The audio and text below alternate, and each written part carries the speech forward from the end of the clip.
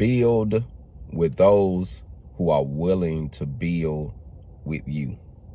And 9 times out of 10, fam, I know you don't want to hear this, but it's probably not going to be your family members.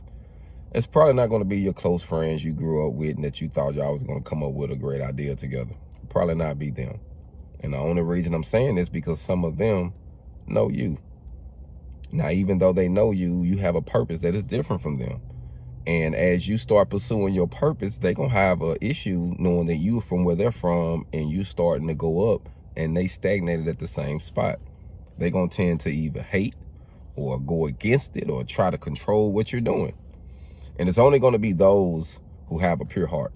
Now, it's going to be a few. You might have a handful of those you grew up with that understand.